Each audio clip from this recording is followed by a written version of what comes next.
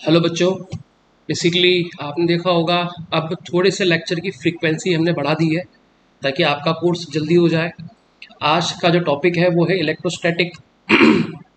अभी इलेक्ट्रोस्टैटिक क्या है? तो बहुत बड़ा चैप्टर है फिजिक्स का और बहुत टाइम लगता है इसको पढ़ाने में।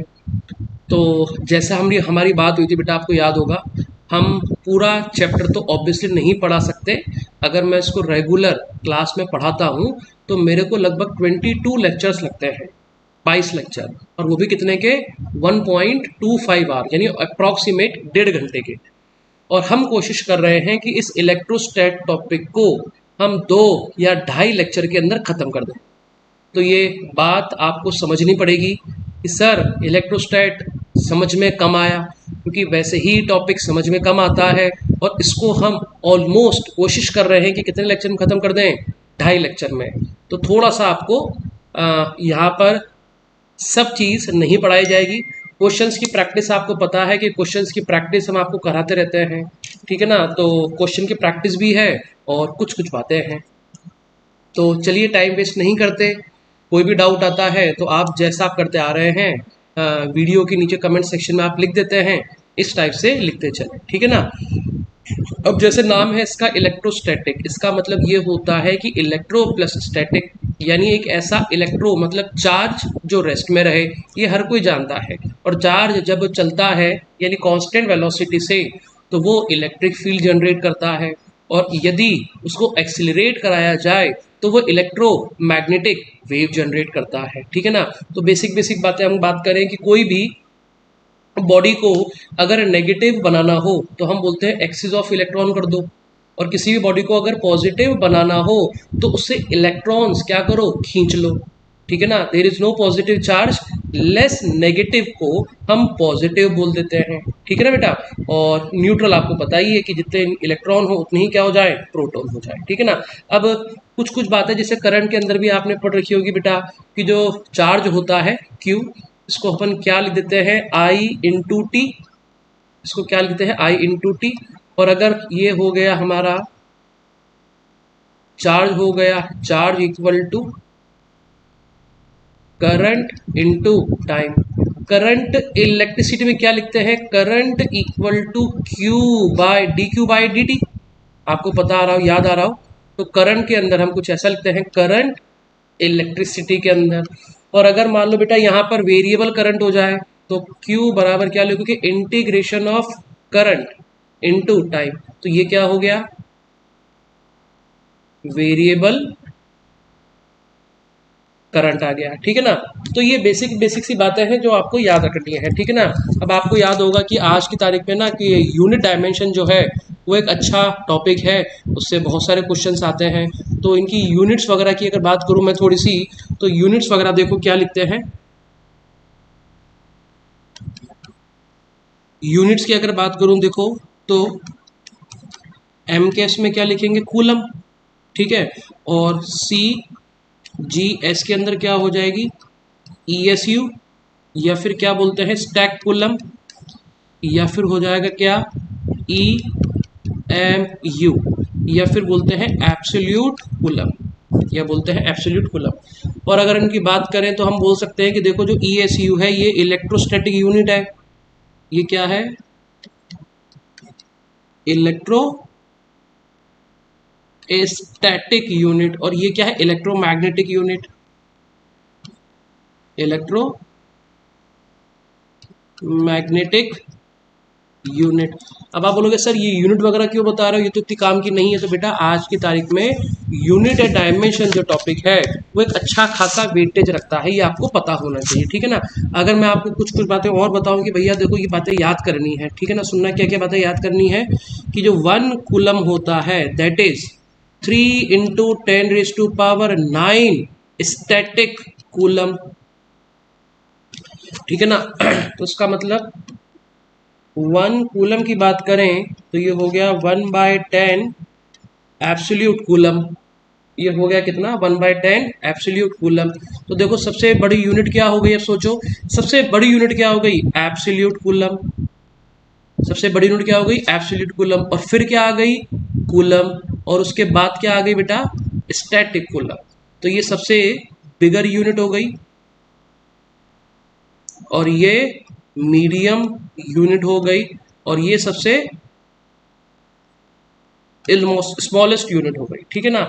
अब अगर हम डायमेंशन की बात करें, क्योंकि मैं बार बार कह रहा हूं कि डायमेंशन जरूरी है, तो बताओ फॉर्मूला क्या लिखा था, Q equal to charge equal to current into time.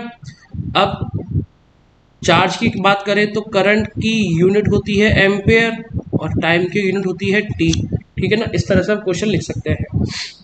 एक स्पेशल यूनिट की बात करूं तो मैं एक स्पेशल यूनिट की बात करूं, 1 फैराडे जो हो जाएगा दैट इज 96500 कूलम, 96500 कूलम। ये एक स्पेशल यूनिट होती है, ठीक है ना। तो ये छोटी छोटी सी बातें हैं जो आपको ध्यान रखनी है बेटा, ठीक है ना, क्योंकि यूनिट एंड डायमेंशन जो है ये अच्छा खासा वेटेज रखता है। अब आप सोचो कि बेटा मैं करंट पे क्वेश्चन करा दूं, तो मैं यहाँ पर करंट पे कोई भी क्वेश्चन नहीं कराने वाला हूँ। ये फॉर्मूले वगैरह जो है ये आपको याद करने हैं, क्योंकि आपको पता है हमें 2.5 घंटे में चैप्टर खत्म करना है। हम केवल आपका रिवीजन करवा रहे हैं और वो पढ़ा रहे हैं जो कि इंपॉर्टेंट है, ठीक है ना। अब इनकी प्रॉपर्टीज आती है, प्रॉपर्टीज ऑफ चार्ज। पढ़ाऊंगा नहीं, केवल हेडिंग लिखूंगा। प्रॉपर्टीज ऑफ चार्ज क्या होती है? पहली property additive, additive in nature, यानी अगर समझाते चलते हैं, कोई भी दो चार्ज लेते हैं, उनको ऐड कर दिया, कोई भी दो चार्ज लिए उनको अगर ऐड कर गया, जैसे 10 कूलम 5 कूलम, तो क्या हो गया 15 कूलम का चार्ज हो गया। दूसरा, charge is invariant, charge is invariant, यानी अगर वेलोसिटी बढ़ती है तो आपको पता है मास भी बढ़ता है, बट चार्ज कैसा रहता है? कांस्टेंट रहता है। वो फॉर्मूला है ना, m effective equal to m not upon under root 1 minus V square by C square. अगर उस फॉर्मूले की बात करें तो हम अगर किसी ऑब्जेक्ट को तेजी से चलाते हैं तो वहां पर मास बढ़ता है। चार्ज इज इनवेरिएंट, यानी जो चार्ज है that is directly proportional to velocity की पावर 0, यानी वो वेलोसिटी पे डिपेंड करता ही नहीं है। हम आ गए हैं अब कहाँ? प्रॉपर्टी नंबर 3 पे, ठीक है ना। चार्ज इज कंजर्व्ड,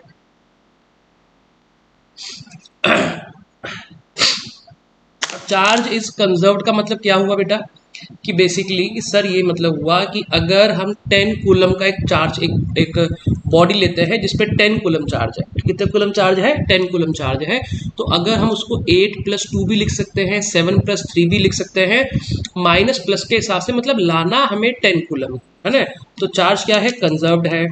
हम कह सकते हैं कि total isolated charge is constant, total isolated charge is constant. Isolated मतलब एक फिक्स अमाउंट का चार्ज है, लेकिन पॉजिटिव और नेगेटिव चार्ज जो है वो वेरिएबल है, ठीक है ना। जैसे अगर वही एग्जांपल, यहाँ पर 10 कूलम लिया, यहाँ पर 7 + 3 लिख दिया, 6 + 4 लिख दिया, -2 + 12 लिख दिया, तो ये जो पॉजिटिव नेगेटिव चार्ज है ये वेरिएबल है, लेकिन टोटल चार्ज कैसा है?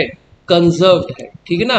देखो डिटेल में डिस्कशन में आपको कह रहा हूँ बार बार कि हम डिटेल में यहाँ पर डिस्कशन नहीं करने वाले हैं, ठीक है ना। हम केवल हल्की हल्की प्रॉपर्टी बता के भाग जाएंगे। अगली प्रॉपर्टी नंबर 4 की बात करें, चार्ज जो होता है, चार्ज इज क्वांटाइज्ड। अच्छा क्वांटाइज तो लिखा दिया ना, हाँ नहीं नहीं क्वांटाइज लिखा है तो मैंने बेटा, अच्छा कंजर्व लिखा था, चार्ज इज क्वांटाइज, ये समझाऊंगा केवल, लिखूंगा नहीं। वो ऑयल ड्रॉप एक्सपेरिमेंट आपको मिलीखन का याद होगा, तो क्या करा, ऑयल की छोटी से छोटी बूंद करते गए और जो सबसे स्मॉलेस्ट यूनिट ऑफ चार्ज आ गया उसको हमने बोल दिया ये इलेक्ट्रॉन का चार्ज है। और इलेक्ट्रॉन का चार्ज आप जानते ही हो, क्या बताओ मैं आपको, 1.6 × 10⁻⁻⁹ कूलम हो गया। ये किसका चार्ज आ गया? इलेक्ट्रॉन का चार्ज। मिनिमम चार्ज की बात करें तो मिनिमम चार्ज माइनस इतना आ गया। दूसरी बात ये कि हमेशा चार्ज क्या बोलते हैं उसको, क्वांटा रहता है। चार्ज क्या है, क्वांटा। तो हम बोल सकते हैं कि बेटा यहाँ पे चार्ज इज क्वांटा। क्वांटा मतलब 1 2 3 4 5। कभी भी चार्ज 1.3 नहीं होगा, 1.5 फ्रैक्शन में कभी भी चार्ज नहीं मिलेगा। क्वांटा मतलब एक फिक्स नंबर, ठीक है ना। यानी जो हम फॉर्मूला लिखते हैं Q बराबर NE, Q बराबर NE लिखते हैं।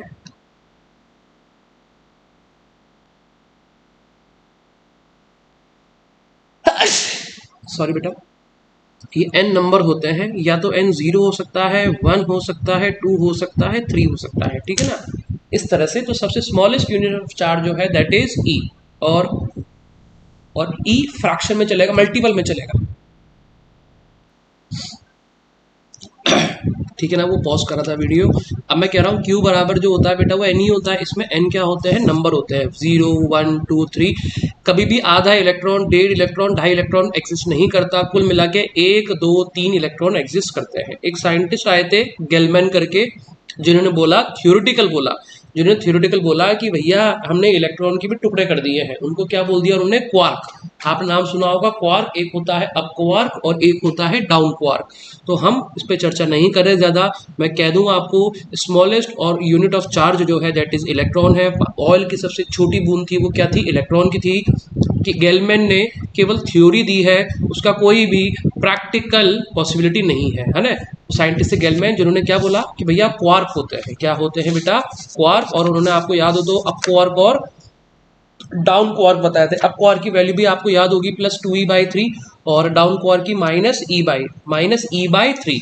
तो उसमें लोगों ने उनकी बात क्यों मान ली, लोगों ने उनकी बात इसलिए मान ली क्योंकि अगर हम 2 अप 1 डाउन को जोड़ते हैं या 1 डाउन 2 अप को जोड़ते हैं तो इससे इलेक्ट्रॉन और प्रोटॉन का चार्ज बन जाता है। तो this is only a theoretical based theory, ठीक है ना। जो क्वार्क होते हैं दैट इज थ्योरेटिकल। लेकिन हमें जो याद रखना है कि इलेक्ट्रॉन अगर जा रहा है तो वो कंप्लीट जाएगा, आधा इलेक्ट्रॉन 1.5 इलेक्ट्रॉन नहीं जाएगा, ठीक है ना। तो ये हो गई चार्ज क्या है, क्वांटाइज्ड। अगला क्या है, चार्ज प्रोड्यूस्ड। जैसे मैंने आपको शुरुआत में बताया था, मैं इसको नहीं लिख रहा, सुनना, कि इलेक्ट्रॉन जो होता है अगर रेस्ट में है, अगर इलेक्ट्रॉन रेस्ट में है तो वो क्या जनरेट कर रहा है बेटा, इलेक्ट्रिक फील्ड जनरेट कर रहा है। क्या जनरेट कर रहा है, इलेक्ट्रिक फील्ड जनरेट कर रहा है। अगर इलेक्ट्रॉन रेस्ट में है यानी वेलोसिटी कितनी है, 0 है, तो इलेक्ट्रिक फील्ड जनरेट करेगा। और अगर इलेक्ट्रॉन कांस्टेंट वेलोसिटी से मूव कर रहा है, अगर इलेक्ट्रॉन कांस्टेंट वेलोसिटी से मूव कर रहा है तो वो क्या जनरेट करेगा, मैग्नेटिक फील्ड। कांस्टेंट वेलोसिटी मतलब एक्सेलरेशन 0 है, ठीक है। और अगर इलेक्ट्रॉन एक्सेलरेटेड है तो it will generate electromagnetic wave, ठीक है ना।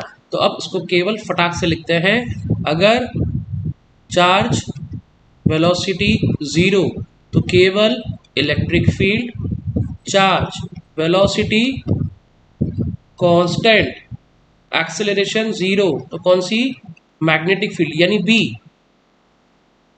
कौन सी फील्ड, केवल और केवल इलेक्ट्रिक एंड मैग्नेटिक फील्ड। और अगर चार्ज वेलोसिटी नॉट कांस्टेंट या फिर एक्सेलरेशन कांस्टेंट तो क्या जनरेट करेगा, इलेक्ट्रोमैग्नेटिक वेव जनरेट करेगा, ठीक है। इस टाइप से ये प्रॉपर्टीज की बात कर रहे हैं।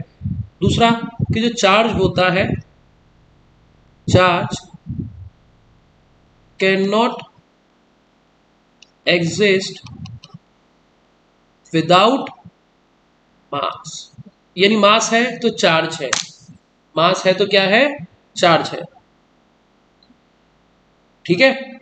मास है तो क्या है, चार्ज है। मास है तो ही चार्ज एग्जिस्ट करेगा, चार्ज विदाउट मास के एग्जिस्ट नहीं कर सकता है, ठीक है ना। और हम कह सकते हैं कि बेसिकली ऐसे तो बहुत सारी प्रॉपर्टीज होती है बट हम 6 प्रॉपर्टी को लिख के आगे बढ़ जाते हैं, भाग जाते हैं, ठीक है ना। बहुत सारी प्रॉपर्टीज होती है कि देखो चार्ज जब ट्रांसफर होता है तो उसकी पोटेंशियल एनर्जी क्या हो जाती है, मिनिमम वगैरह हो जाती है, कम हो जाती है। हमें डिटेल में नहीं पढ़ना, हम आगे चलते हैं। अब आपको पता है बेटा दो टाइप के चीज़ें लेनी है, एक लेना है कंडक्टर और एक लेना है नॉन कंडक्टर। थोड़ा सा जुकाम हो रहा है आज, आपको पता बुखार आ रहा था। कंडक्टर और एक बात करनी है नॉन कंडक्टर। अब कंडक्टर स्पेलिंग वगैरह देख लेना, सी ओ, ये सी कंडक्टर है और ये नॉन कंडक्टर। अब अगर हम कोई भी कंडक्टर लेते हैं, ऐसा मान के चलो अर्थ क्या है, एक कंडक्टर है।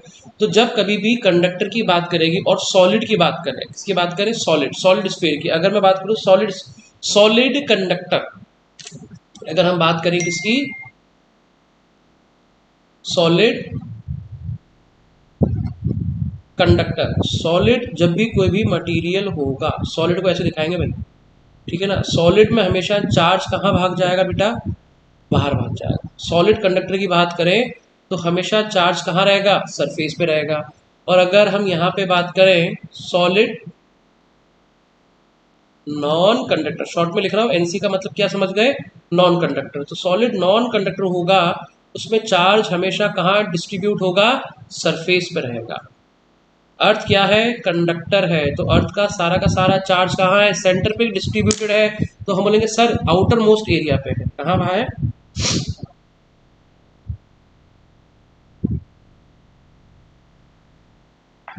ठीक है। अब आ गया सॉलिड कंडक्टर था। अब हमने क्या लिखा, सॉलिड कंडक्टर के अंदर कैविटी की बात कर रहे हैं। ये हो गया सॉलिड कंडक्टर विथ कैविटी। अब इसका मतलब क्या कि भैया ये सॉलिड बनाया, इसके बीच में ये कैविटी बना दी, हमने कुछ सॉलिड को इस तरह से दिखाया, ठीक है ना। अब फिर से अगर कंडक्टर है तो सारा चार्ज कहाँ चला जाएगा, हमेशा बाहर भाग जाएगा। और यहाँ पे वही बात हो गई, हमने क्या बोल दिया यहाँ पर, solid non conductor with cavity की बात करें, सॉलिड कंडक्टर विथ कैविटी, लेकिन नॉन कंडक्टर है। ये हमने कैविटी बना दी जरा सी यहाँ पे, इस बार कैविटी को ना टेढ़ा मेढ़ा बनाते हैं, जो सेंटर में कैविटी, ये लो ऐसे बना दिया, ये लो। अब क्या है, जब कभी भी नॉन कंडक्टर होगा, जब कभी भी क्या होगा, नॉन कंडक्टर, हमेशा सरफेस चार्ज कहाँ रहेगा, नॉन कंडक्टर में वॉल्यूम में डिस्ट्रीब्यूट रहेगा।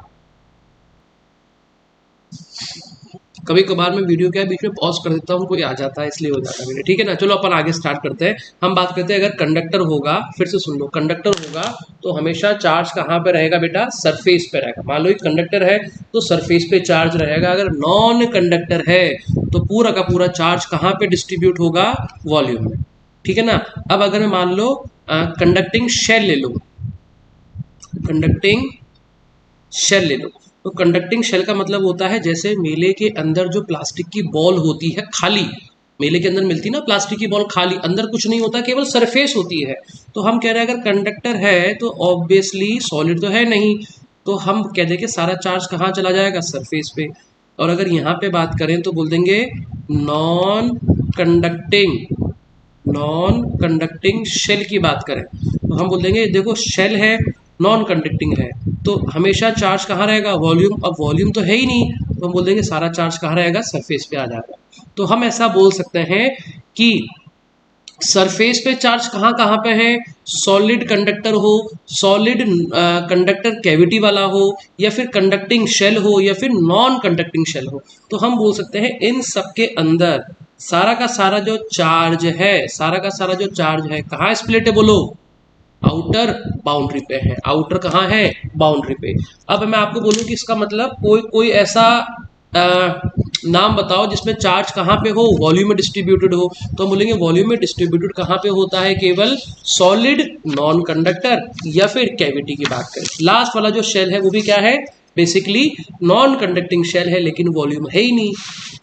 अब कुछ बातें करते हैं आगे, क्वेश्चंस ज़्यादा थोड़ी थ्योरी स्टार्ट करते हैं, क्वेश्चन स्टार्ट करेंगे। देखो अब मैं आपको तीन चीज़ बता रहा हूँ, सरफेस चार्ज डेंसिटी, क्या बता रहा हूँ, सरफेस चार्ज डेंसिटी। सबसे पहले सरफेस चार्ज डेंसिटी, फिर उसके बाद क्या आ जाएगी, पहले आएगी लीनियर लीनियर चार्ज डेंसिटी, सबसे पहले क्या आएगी 1D, लीनियर चार्ज डेंसिटी, फिर क्या आ जाएगी बेटा सरफेस चार्ज डेंसिटी, और फिर क्या आ जाएगी वॉल्यूम चार्ज डेंसिटी।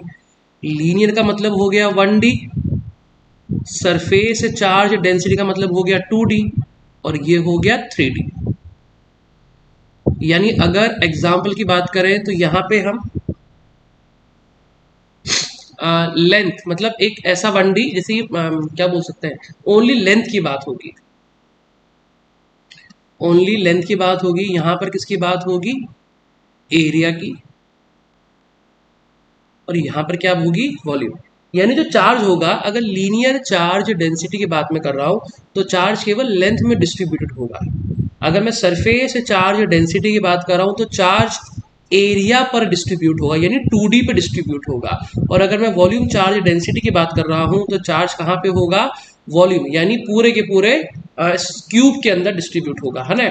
अब इसको डिनोट किया जाता है किससे, लैम्डा से, इसे डिनोट किया जाता है किससे, सिग्मा से, और इसको डिनोट किया जाता है किससे, रो से। तो अगर कहीं पे लैम्डा लिखा है तो लैम्डा क्या हो जाएगा बेटा, linear charge density, sigma is what, surface charge density, और रो क्या हो जाएगा, वॉल्यूम चार्ज डेंसिटी। अगर मैं आपसे पूछूं कि भैया लैम्डा को अगर लिखना हो लैम्डा को लिखना हो तो क्या लिखोगे, टोटल चार्ज, यानी जो चार्ज है वो कहाँ डिस्ट्रीब्यूटेड है, लेंथ में। तो हम ऐसा बोल सकते हैं यहाँ पे कि charge upon length, charge upon length, ठीक है। और अगर मैं यहाँ से यहीं पे बात करें, सिग्मा की बात करूं तो सिग्मा कहाँ डिस्ट्रीब्यूट होगा, चार्ज डिस्ट्रीब्यूट होगा कहाँ पर, एरिया में, और रो हो जाएगा चार्ज डिस्ट्रीब्यूट होने वाला कहाँ है, वॉल्यूम। तो ये तीन फॉर्मूलाज हैं जो कि हमारे काम में आएंगे, भैया स्टार लगा रहे हैं, इनको याद रखना है, ठीक है ना। ये तीन फॉर्मूलाज जो हैं ये बड़े ही काम के हैं, मैंने स्टार लगाया है, लिख भी देते हैं इंपॉर्टेंट, ठीक है ना। क्या क्या याद रखना है, लैम्डा सिग्मा और रो, लैम्डा सिग्मा रो, लीनियर, एरिया और वॉल्यूम चार्ज डेंसिटी, ठीक है ना। आपको ये याद रखने, ये चीज़ें पूरे चैप्टर में आएगी, ये जो चीज़ें हम लिख रहे हैं ये हमारे पूरे चैप्टर में काम में आने वाली है, ठीक है ना। तो इसके बाद अगर हम स्टार्ट करें तो क्वेश्चंस बेटा आप यहाँ पर लीनियर वगैरह पे कर लेना, इतने ज़्यादा क्वेश्चन जो है वो बनते नहीं है, मतलब इतने ज़्यादा जो क्वेश्चन है वो बनते नहीं है।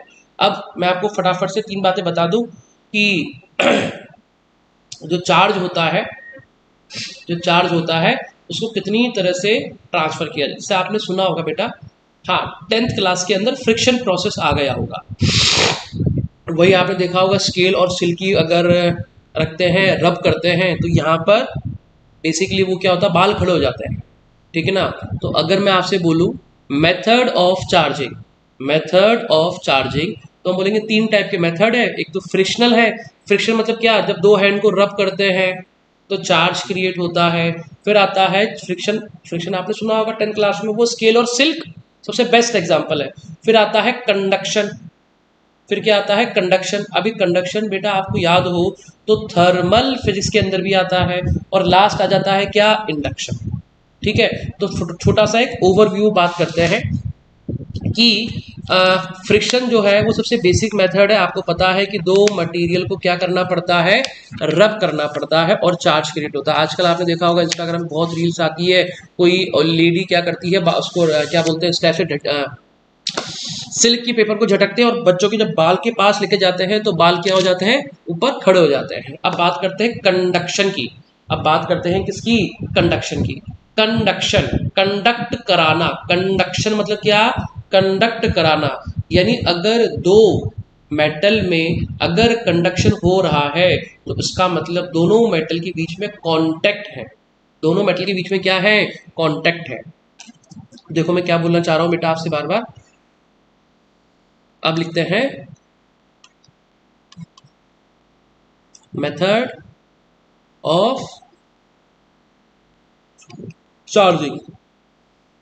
पहला फ्रिक्शन, दूसरा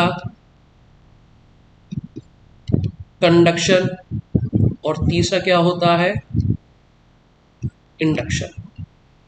फ्रिक्शन हम नहीं पढ़ रहे हैं, कंडक्शन की बात करें। कंडक्शन मतलब कंडक्ट,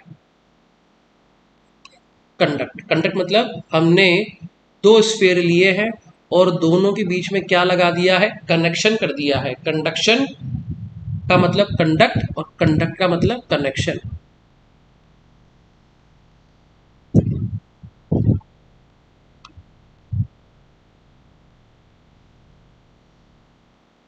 कनेक्शन, ठीक है। अब यहां पे मान लेते हैं चार्ज Q था, यहां पर 2Q था। जैसे ही हम दोनों मेटल स्फीयर को कनेक्ट करते हैं तो क्या होता है, सबसे पहले चार्ज ट्रांसफर होता है। सबसे पहले क्या ट्रांसफर होता है, चार्ज ट्रांसफर होता है। अगर मान लो बेटा रेडियस सेम है, कंडीशन बता रहा हूं, अगर रेडियस सेम है तो टोटल चार्ज कितना हो गया, 3Q। आधा आधा कर लो तो 1 पॉइंट यहां लिख देते हैं, तो इसके पास कितना चला जाएगा, 3/2Q। आफ्टर ये हो गया बिफोर और ये हो गया आफ्टर, 3Q/2। और जब कभी भी दो मेटल का कनेक्शन हो गया तो वहां पर क्या हो जाएगा, potential should be same. Potential,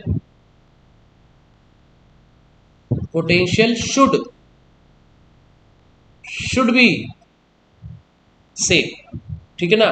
तो जैसे ही हमने कंडक्ट करवाया, कनेक्शन किया, तो हम बोलेंगे चार्ज ट्रांसफर होगा। ये आप जानते ही हो, चार्ज कहाँ से कहाँ ट्रांसफर होगा, हायर पोटेंशियल से लोअर पोटेंशियल। और कनेक्शन के बाद पोटेंशियल क्या हो जाएगा, सेम हो जाएगा। इस पर एक छोटे से क्वेश्चन करते हैं।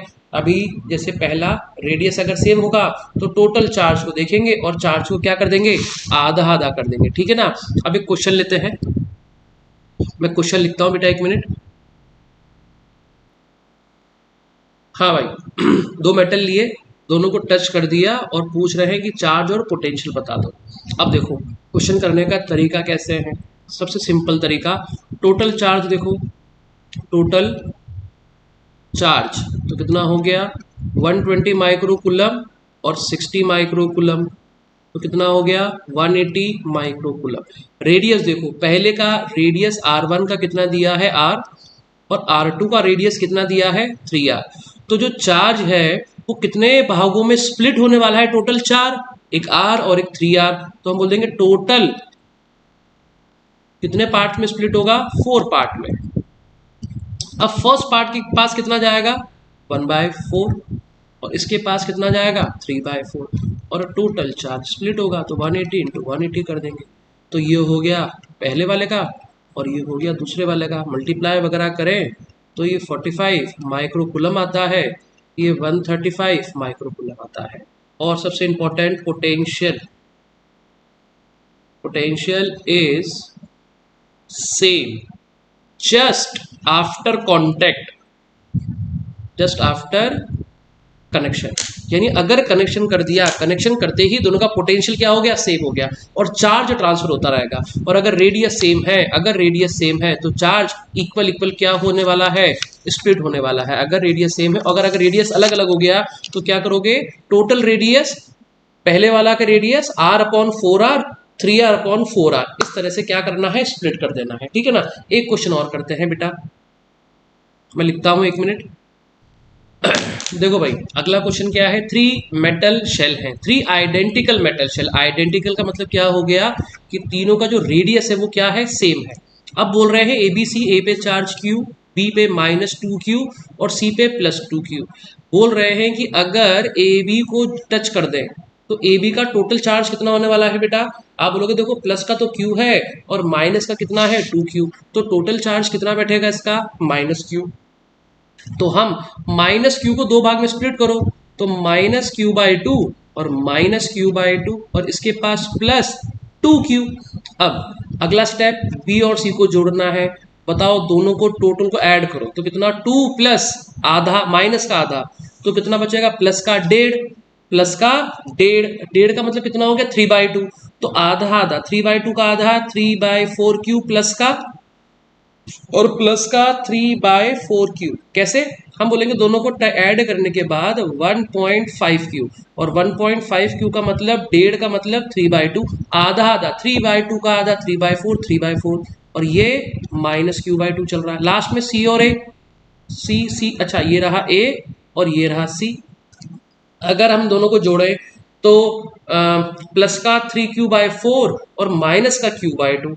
देखो 3/4 का मतलब हो गया प्लस का 1.25 और माइनस का मतलब हो गया 0.5, है ना। आधा का मतलब हो गया 0.5, तो यहाँ से चला गया 0.5, कितना बच गया, लगभग 1/8 q/8।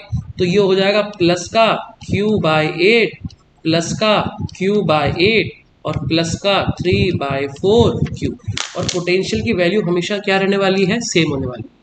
पोटेंशियल सेम हो जाएगा। अगर पोटेंशियल अलग लग रहा है, हायर पोटेंशियल लो पोटेंशियल क्या हो जाएगा, ट्रांसफर हो जाएगा। ठीक है ना बेटा। तो ये इस टाइप से क्वेश्चन थे छोटे छोटे से जो मैंने आपको करवाए। ठीक, तो बेटा बेसिकली कंडक्शन चल रहा था। कंडक्शन के बाद का जो अगला क्वेश्चन है वो ये है, देखो 2 मेटल शेल दिए हैं, चार्ज डेंसिटी दी गई है सिग्मा ईच, और एक का रेडियस आपको दिया गया है r और दूसरे का रेडियस दिया गया है 2r। बोला है कि यदि दोनों को टच कर दिया जाए तो उसके बाद डेंसिटी क्या होगी। तो क्वेश्चन का जो सॉल्यूशन है वो किस तरह से लिखेंगे, देखिए हम बोलेंगे कि देखो ये एक शेल था जिसका रेडियस कितना दिया गया है, अपने को r बोला गया है, और सेकेंड वाले स्फेयर का जो रेडियस दिया गया है वो कितना है 2r।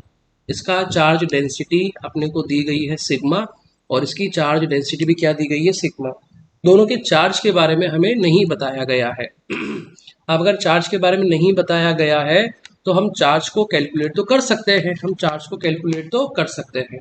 तो अगर मैं यहाँ से Q1 की बात करूं तो कितना हो जाएगा, आपको पता होना चाहिए सिग्मा जो होता है वो क्या लिखते हैं बेटा, चार्ज अपॉन एरिया। इस तरह से हम लिखते हैं, चार्ज अपॉन एरिया। तो अगर मेरे से चार्ज पूछा है तो मैं क्या लिखूंगा, सिग्मा इंटू एरिया।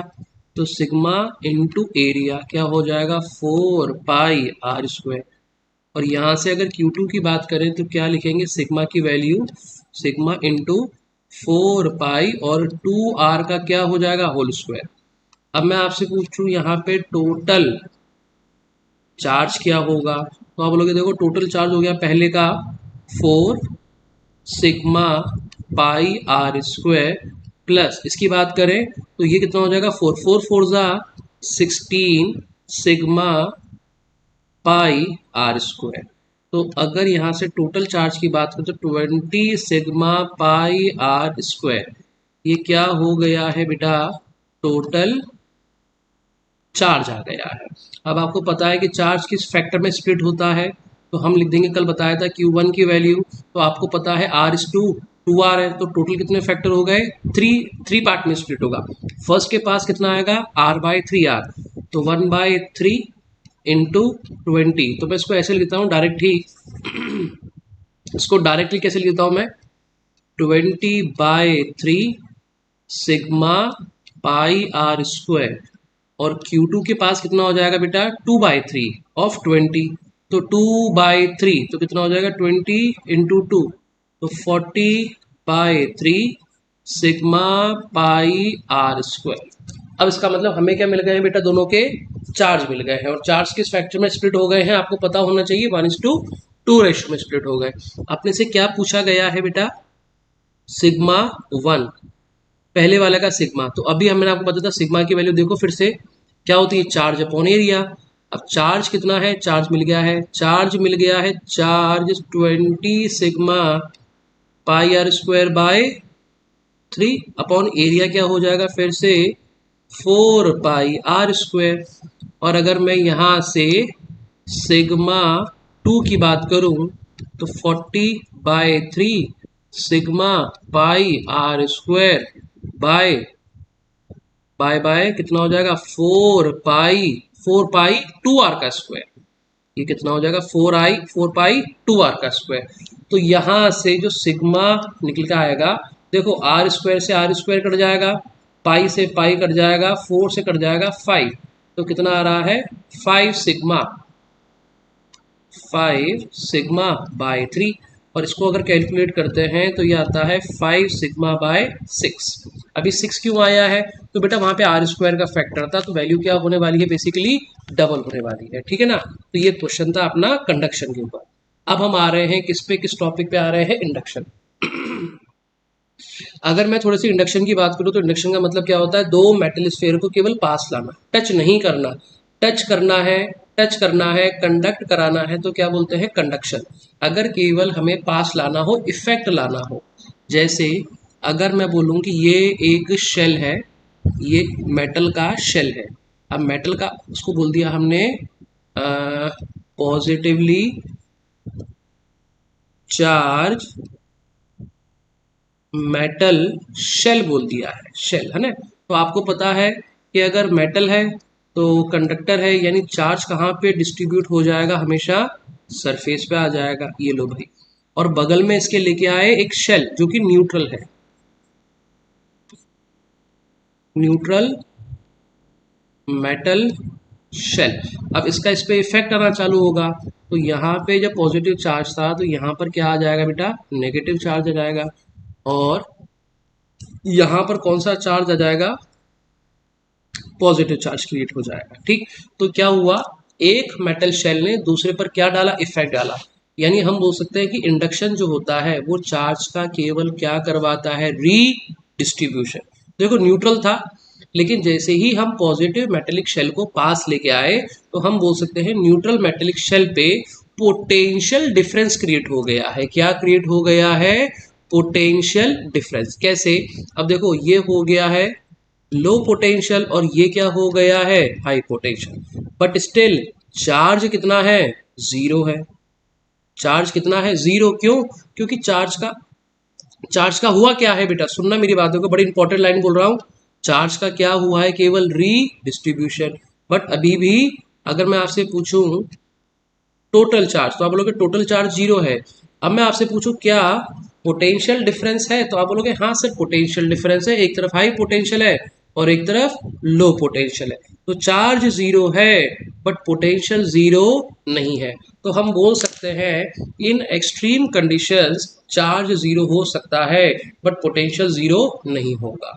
लेकिन लेकिन लेकिन अगर लेकिन अगर मैं बोल दूं कि ये न्यूट्रल मेटेलिक जो शेल था, मेटल शेल था, अगर ये आइसोलेटेड होता, आइसोलेटेड का मतलब अकेला होता, तो क्या चार्ज का डिस्ट्रीब्यूशन होता? तो आप बोलते सर तब चार्ज का डिस्ट्रीब्यूशन नहीं आता। तो क्या तब पोटेंशियल डिफरेंस क्रिएट होता? तो आप बोलते नहीं सर तब पोटेंशियल डिफरेंस क्रिएट नहीं होता। तो अंदर सम सूटेबल कंडीशन, अंदर some suitable condition charge will become zero but potential जो होगा वो जीरो नहीं होगा। क्या आपको मेरी बात समझ में आ गई? तो अगर कभी लिखा आ जाए आइसोलेटेड, क्या लिखा आ जाए बेटा? कभी आइसोलेटेड, आइसोलेटेड अगर लिखा है तो अकेला है, तब अगर चार्ज जीरो है, क्योंकि चार्ज का फॉर्मूला बोलो क्या होता है? के क्यू बाय आर। भाई अगर मैं आपसे पूछूं चार्ज का फॉर्मूला, चार्ज का फॉर्मूला मैं पूछूं आपसे तो क्या बोलोगे आप? सर के क्यू बाय आर। तो आप बोलोगे सर चार्ज तो आप जीरो बोल रहे हो, और तो सॉरी पोटेंशियल की बात कर रहा था मैं, पोटेंशियल की बात कर रहा था, तो क्या फॉर्मूला? के क्यू बाय आर। तो आप बोलोगे सर क्यू तो जीरो है, तो चार्ज कितना होगा? जीरो। तो हम बोलते हैं अंडर सम सूटेबल कंडीशन, तो हम बोल सकते हैं कि हाँ अगर चार्ज जीरो है तो पोटेंशियल मे और मे नॉट भी जीरो होगा। फिर से बोलते हैं इंडक्शन में कोई भी तार कनेक्ट नहीं होता है। इंडक्शन केवल क्या करता है? इफेक्ट डालता है। इंडक्शन क्या करता है बेटा? केवल इफेक्ट डालता है, ठीक है ना। इफेक्ट डालता है, इसका मतलब चार्ज का रीडिस्ट्रीब्यूशन करता है। कभी भी चार्ज की वैल्यू चेंज नहीं होगी, पोटेंशियल भी चेंज नहीं होगा। सोच के देखो, पोटेंशियल केवल क्या हो रहा है? रीडिस्ट्रीब्यूशन हो रहा है, एक तरफ हाई पोटेंशियल एक तरफ लो पोटेंशियल। टाइम वेस्ट नहीं करते, कुछ क्वेश्चन इंडक्शन पे करते हैं, मतलब जल्दी से करा रहा है, टॉपिक फटाफट खत्म कर रहे हैं। इंडक्शन का कोई क्वेश्चन है? जैसे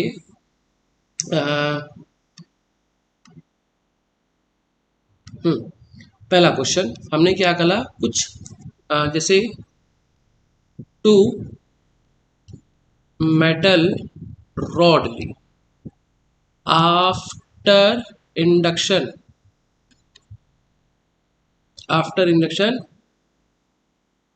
calculate charge at P Q R S. अब देखो क्वेश्चन क्या बना रहा हूं।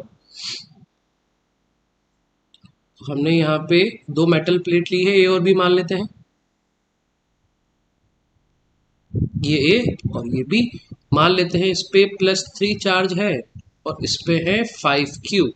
तो पूछा है कि भैया इंडक्शन के बाद कितना चार्ज होगा P, Q, R और S में। तो देखो क्वेश्चन करने का तरीका, सॉल्यूशन। टोटल चार्ज कितना हो गया, तो आप लोग सर 3Q प्लस 5Q कितना हो गया है, 8Q हो गया है। तो दो प्लेट में इक्वल इक्वल स्प्लिट कर दो, तो 2Q/2 कितना हो जाएगा 4Q। तो हम बोल देंगे देखो इधर आ गया है 4Q, टोटल था 3Q, एक तरफ 4Q आ गया है प्लस का, तो इधर कितना -Q। अब सोचो अगर Q पे -Q आया है तो 4Q और Q को जोड़ दे तो कितना होगा 3Q। अगर इधर +-Q है तो इधर +Q, टोटल लाना है 5, तो इधर कितना हो जाएगा 4Q। क्वेश्चन समझ में आ गया क्या लॉजिक था कि टोटल चार्ज था, आधा आधा बांट दिया, और ए पर कितना था 3Q बना 4Q, तो कितना और कम किया जाए तो वैल्यू कितनी हो जाएगी -Q। ऐसे आप यहाँ पर मेटल की एक रॉड, दो रॉड, तीन रॉड भी रख सकते हैं, ठीक है ना। कॉन्सेप्ट जो है वो सेम रहेगा, ठीक है, कॉन्सेप्ट जो है वो क्या रहेगा, सेम रहेगा। हाँ भाई, तो हम पूरा लिख दिया मैंने बेटा। कूलम लॉ वगैरह क्या होता है देखो सब जानते हैं, बेसिक सी चीज़ है कूलम्स लॉ। तो दो चार्ज होते हैं, फोर्स की अगर बात करें तो अगर आपको यहाँ पे दिख रहा हो, फोर्स मैंने लिख दिया है, फोर्स की वैल्यू क्या हो जाती है के Q1 Q2/r²। अब के जो होता है वो कांस्टेंट होता है, उसकी MKS के अंदर यूनिट आप सबने पढ़ रखी होगी, 9 × 10⁻⁹ मीटर किलोग्राम सेकंड, यानी MKS की बात हो रही है। और अगर CGS में बात करें तो वैल्यू कितनी होती है 1।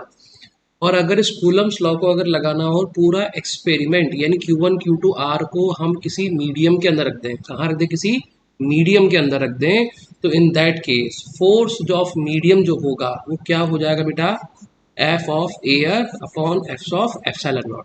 अभी एप्सिलॉन नॉट क्या क्या होते हैं, तो पहला होता है एप्सिलॉन नॉट, पहला होता है क्या एप्सिलॉन नॉट। इसकी वैल्यू क्या होती है बेटा, तो इसको बोलते हैं परमिटिविटी वैक्यूम। क्या बोलते हैं इसको, परमिटिविटी ऑफ वैक्यूम। इसकी वैल्यू होती है 8.85 इंटू 10⁻⁻12 कूलम स्क्वायर पर न्यूटन स्क्वायर, ठीक है ना, इस टाइप से इसको बोल सकते हैं, ठीक है ना। अब यहाँ पर जो E है ये क्या है, इसको बोलते हैं permittivity of vacuum, permittivity of medium. इसकी बात कर रहा हूँ, देखो इसकी बात कर रहा हूँ मैं। एप्सिलॉन क्या है, परमिटिविटी ऑफ मीडियम, और ये एप्सिलॉन आर क्या है, ये है E/E0, यानी permittivity of medium upon permittivity of vacuum. इस टाइप से हम यहाँ पर बात कर रहे हैं, ठीक है बेटा।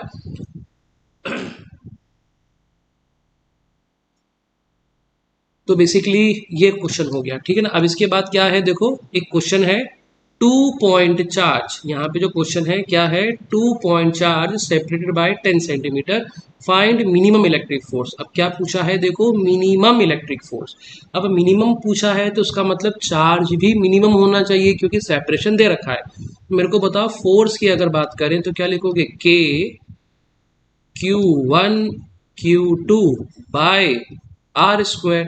तो मेरे को ये बताओ के की वैल्यू तो रहेगी के, और Q1 Q2 की बात करें तो हम बोल देंगे इलेक्ट्रॉन का स्क्वायर कर देंगे। और ध्यान दो बेटा, डाटा आप लोग को किसमें दिया गया है, सेंटीमीटर में। तो 10 सेंटीमीटर आपको पता होना चाहिए, 1 सेंटीमीटर,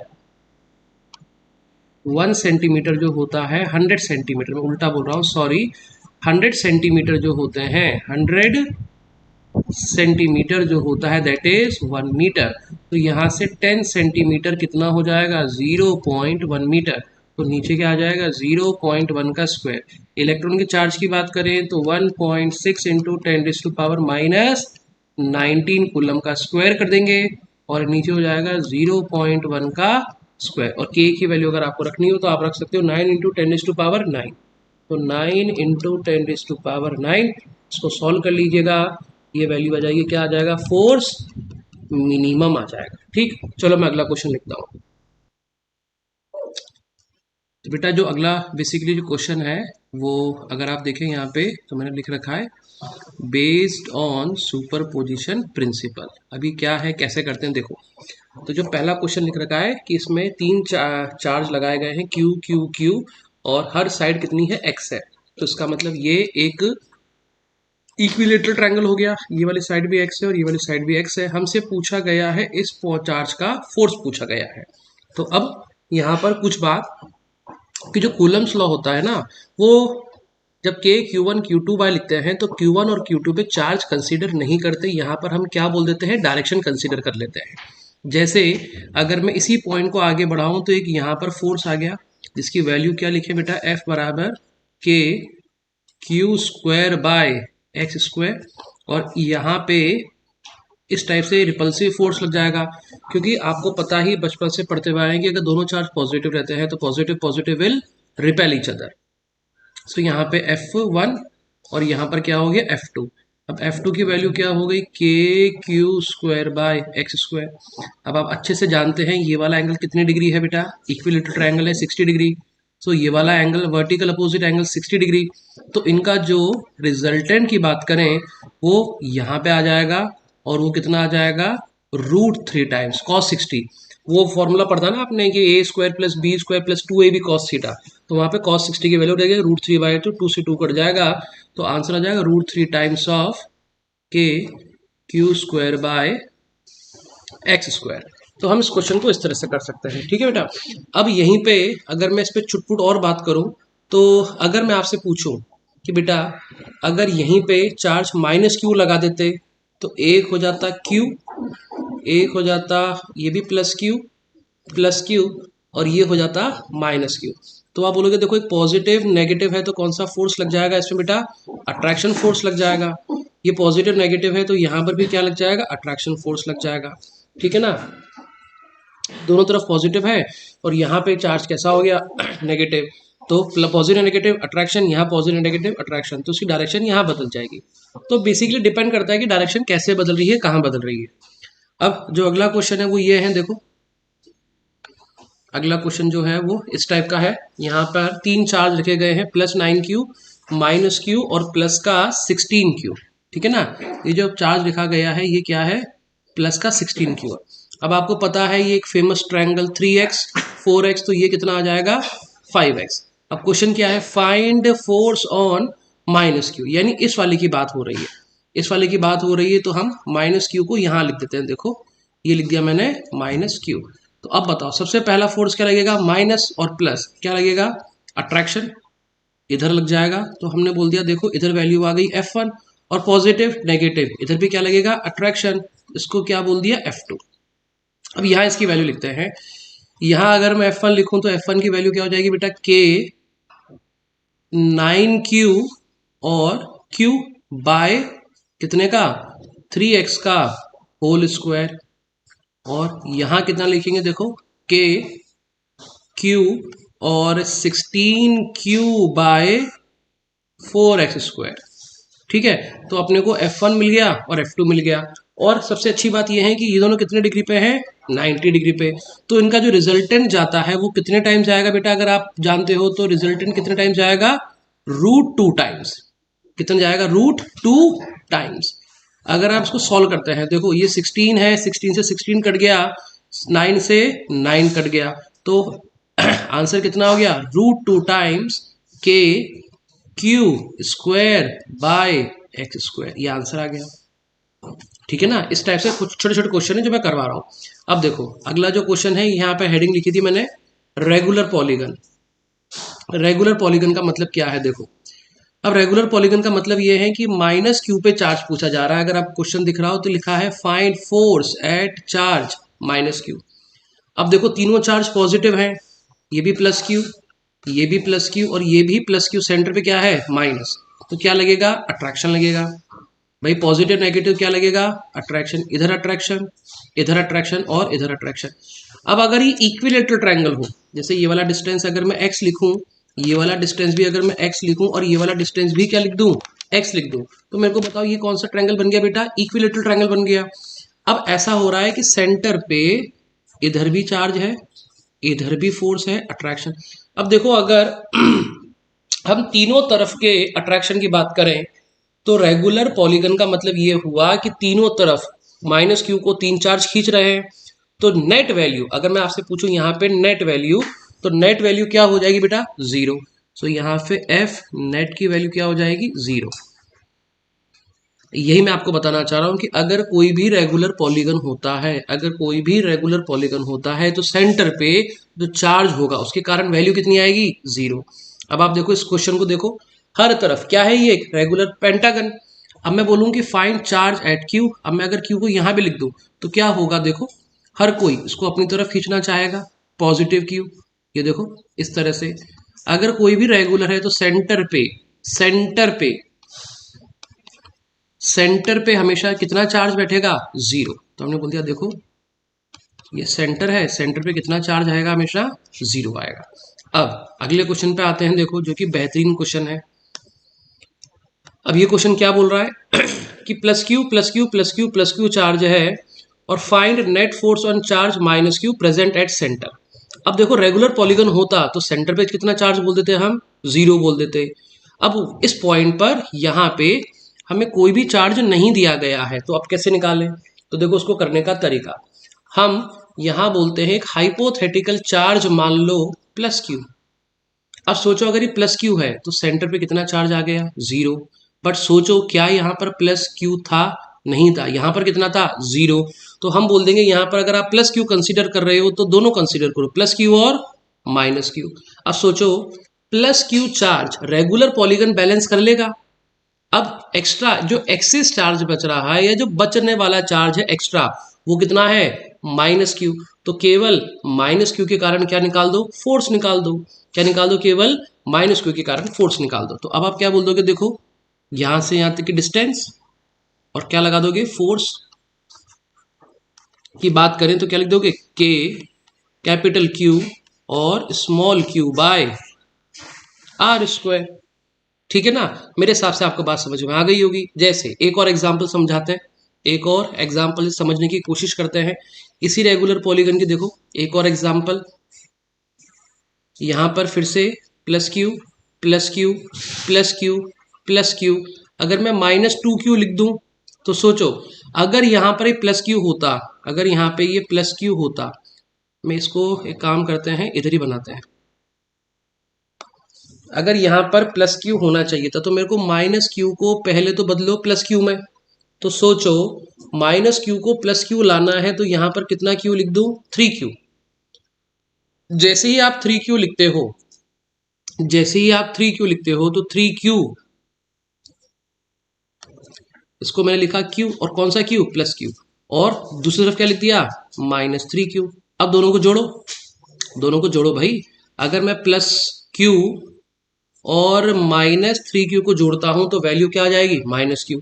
तो प्लस क्यू के कारण तो बैलेंस हो गया और सेंटर पे जो चार्ज था क्या लिखोगे? फोर्स का फॉर्मूला के माइनस माइनस लिखते ही नहीं है, के क्यू बाय और 3q के कारण के क्यू छोटा क्यू बाय आर स्क्वायर। तो हम इस क्वेश्चन को कुछ इस तरह से हम किया जा सकता है कि जब हमें बोला जाए कि भैया वहां पर कोई चार्ज नहीं था बट हमने एक हाइपोथेटिकल चार्ज वहां पर कंसीडर कर लिया है, ठीक है ना? तो इस तरह से क्वेश्चन को किया जा सकता है। अब इसके बाद जो क्वेश्चन बनते हैं वो बनते हैं किस पे? अब फेमस क्वेश्चन पेंडुलम वाले। यहाँ पर जो फेमस क्वेश्चन बनेंगे वो किसके? पेंडुलम वाले। तो मेरे को 2 मिनट दो, मैं डायग्राम बनाता हूँ फिर करते हैं। हाँ बेटा देखो क्या लिखा है क्वेश्चन, 2 आइडेंटिकल सिंपल पेंडुलम दिए हैं जिनका मास m है, चार्ज q है, लेंथ कितनी दी है? l। तो इसका मतलब यहाँ से यहाँ तक की लेंथ कितनी दी गई है? l। और ये एंगल थीटा दिया गया है। ये अपने को 2 यहाँ पर मास दे दिए गए हैं। अब देखो इसको कैसे सॉल्व करते हैं, किस टाइप के क्वेश्चंस बनते हैं, क्या क्या काम में आते हैं, ठीक है? तो सबसे पहले मैं इस पॉइंट की बात कर रहा हूँ, है ना? इस पॉइंट को ध्यान से देखेंगे। देखो इस पॉइंट की बात करें तो हम बोल देंगे देखो यहाँ से ये बनाते हैं एक्सिस और ये वाला जो एक्सिस था ये डायग्राम गलत बन गया, हाँ अब सही है। ये देखो इसको लाइन को सीधा बनाया तो ये वाला एंगल कितना आने वाला है? थीटा। तो हम बोल देंगे देखो इस रस्सी में यहाँ पर क्या होगी बेटा? टेंशन होगी। तो टेंशन के कारण यहाँ पर कितना वैल्यू आ जाएगी? T cos theta. इसका मास कितना है बॉब का यहाँ पे? m मास है, और इधर क्या आ जाएगा, इधर लिख देंगे कितना, t साइन थीटा। अब अगर मास है तो नीचे क्या लग जाएगा बेटा, mg लग जाएगा, और दो चार्ज थे q q, तो इधर लग जाएगा इलेक्ट्रोस्टैटिक फोर्स, जिसका फॉर्मूला क्या हो जाएगा, F बराबर k क्यू स्क्वायर, चार्ज कितना था, छोटा q था, तो k Q square by R square. तो अगर जो आपको एफ बी डी दिख रहा है, अब इसमें देखो किसने किसको बैलेंस कर रखा है, तो हम लिख सकते हैं टी साइन थीटा जो है, इसने K Q one Q two by R square को बैलेंस कर रखा है सबसे पहले। दूसरी इक्वेशन, टी कॉस थीटा ने यहाँ पर किसे बैलेंस कर बैलेंस कर रखा है, एम जी को। अगर मैं यहाँ से इक्वेशन वन और इक्वेशन को टू को क्या कर दूं, डिवाइड, तो साइन बाय कॉस कितना हो गया बेटा, टेन थीटा। भाई अगर हमने क्या करा, इक्वेशन वन को किससे डिवाइड कर दिया बेटा, इक्वेशन नंबर टू से, तो वैल्यू आ गई टेन कॉस थीटा। और यहां से अगर आपको दिख रहा हो तो ये कौन सा फोर्स था, फोर्स इलेक्ट्रोस्टैटिक फोर्स, और ये कौन सा फोर्स लग रहा है यहां से, फोर्स ऑफ ग्रेविटी। ठीक है ना, यहां से एम और जी से कुछ नहीं कट रहा है, तो अगर आपकी इच्छा हो तो उसको लिख सकते हैं, क्या लिखोगे, देखो K Q square upon R square M G. तो ये एक बड़ा ही इंपॉर्टेंट रिजल्ट आ जाता है, इसके बारे में हम सॉल्व कर सकते हैं। ठीक है, तो अब इसके बाद अगर हम बात करें तो बेसिकली, यस बेटा देखो, बेसिकली पहले मैंने आपको यहाँ पे ये थीटा निकाल के दे दिया था, टेन थीटा की वैल्यू, मैंने कहा था ये बड़ा इंपॉर्टेंट फॉर्मूला है, इसको आप याद रखिएगा, ये हर जगह काम में आने वाला है। तो इसी पे फ़ोन आ गया था, तो मैंने क्या करा, कुछ लगे हाथ जब पॉज किया था वीडियो, तो कुछ क्वेश्चन भी लिख दिए। देखो पहला क्वेश्चन क्या है कि अगर यहाँ पे if Q1 is greater then Q2, यानी अगर यहाँ पर अगर मैं पेंडुलम की बात करूँ तो यहाँ पर मान लेते हैं कि यहाँ पर चार्ज Q है, और इधर जो चार्ज है वो कितना है, 4Q। अब मेरे से पूछा जा रहा है कि भैया थीटा की वैल्यू बता दो, तो मेरे को बताओ, अगर मैं यहाँ पर थीटा वन और थीटा टू कंसिडर कर लूँ, तो सोचो टेन थीटा जो है, आपको यहाँ से, आप देखो डायग्राम से लग रहा होगा, टेन थीटा डायरेक्टली प्रोपोर्शनल किसके हैं, चार्ज के। तो जिसका चार्ज ज़्यादा होगा उसका एंगल भी ज़्यादा होगा। नहीं, ऐसा नहीं है, याद करो कूलम्स लॉ क्या फॉलो करता है, मास एक्शन लॉ नहीं, action reaction law. Mass action law तो उसमें आ जाता है सेमीकंडक्टर के अंदर, तो ये क्या फॉलो करता है अपना कि एक्शन रिएक्शन लॉ। जितना Q1 Q2 पे फोर्स लगाएगा उतना ही तो Q2 Q1 पे लगाएगा। जैसे हम जब अर्थ पे चलते हैं, धरती पे चलते हैं अर्थ पे, तो हम जितने न्यूटन का फोर्स लगाते हैं, अर्थ का मास ज्यादा है, वो उतना ही फोर्स हम पे लगाते जितना हम उस पे लगा रहे हैं। तो मास, ये जो एक्शन रिएक्शन है, अब जितना Q1 या Q 4Q पे लगाएगा उतना ही 4Q Q पे लगाएगा। तो कहने का मतलब ये हो गया है कि एंगल जो रहेंगे, एंगल आर सेम रहेंगे। क्यों रहेंगे कि भैया, एक तो एक्शन रिएक्शन लॉ से। ठीक है, अब देखो अगला क्या है कि अगर m1 की value, if m1 is greater than m2 then angle are same और नॉट। अब देखो अभी हमने देखा था कि टेन थीटा का फॉर्मूला क्या आया था, K Q square by R square M G. तो यहाँ से साफ दिख रहा है कि tan theta is inversely proportional किसके हैं, मास के। इफ अगर m1 की वैल्यू ज़्यादा है m2 से, तो थीटा वन की वैल्यू कम रहेगी किससे, थीटा टू से। तो इस समय थीटा वन और थीटा टू की वैल्यू में चेंज आ जाएगा। अगला क्या लिखा गया है कि देखो, अगर पूरा सिस्टम को कहाँ रख दिया जाए, स्पेस के अंदर। अब सोचो अगर स्पेस के अंदर रख दिया तो ग्रेविटी का काम खत्म हो गया। अगर आप इसको कॉन्सेप्ट को स्पेस में लेके आ जाते हो, तो अब कहाँ, यहाँ पे क्या हो जाएगा, इधर आ जाएगा फोर्स, और एक दूसरा इधर आ जाएगा। तो इसका मास m था, चार्ज Q था, और लेंथ कितनी थी, L। तो सोचो यहाँ से यहाँ तक की लेंथ L थी, और यहाँ से यहाँ तक की लेंथ भी कितनी हो गई, L हो गई। मास m और चार्ज Q है। तो अब जो वो mg वाला जो फैक्टर था जो ग्राउंड पे लग रहा था, नीचे कौन लेके आ रहा था पहले, mg, तो अब mg नहीं लगेगा। तो हम जो बोलेंगे सेपरेशन कितना हो गया है, 12। तो फोर्स कितना लगेगा, अब फोर्स क्या लगेगा, k Q square bye 2l का होल स्क्वायर। तो फॉर्मूला क्या हो गया, 4 नहीं आएगा, क्या आ जाएगा, के क्यू स्क्वायर बाय 4l का स्क्वायर। तो पहली बात तो ये हो जाएगा। अब देखो थीटा की बात करें, तो हम बोलते कि थीटा जो था कितना एंगल हो गया दोनों के बीच में 90 डिग्री का, यानी टोटल जो एंगल बन जाएगा दोनों के बीच में वो एंगल कितना बनेगा 180। भाई नीचे कौन लेके आ रहा था, देखो इलेक्ट्रोस्टैटिक फोर्स लग रहा दूर ले जाना चाह रहा था, लेकिन नीचे कौन ला रहा था, फोर्स ला रहा था कितना mg। तो हम बोल देंगे इस बार जो रस्सी में टेंशन रहेगी वो किसके बराबर रहेगी, रस्सी में टेंशन किस रस्सी में जो टेंशन रहेगी वो किसके बराबर रहेगी, तो आप बोल दोगे सर जो इलेक्ट्रोस्टैटिक फोर्स है वही रस्सी की क्या रहेगी, टेंशन रहने वाली है। ठीक है ना बेटा, तो मेरे हिसाब से मैंने 4 क्वेश्चन करा दिए, एक दो क्वेश्चन और है इस पे वो लिख देता हूँ मैं, है ना।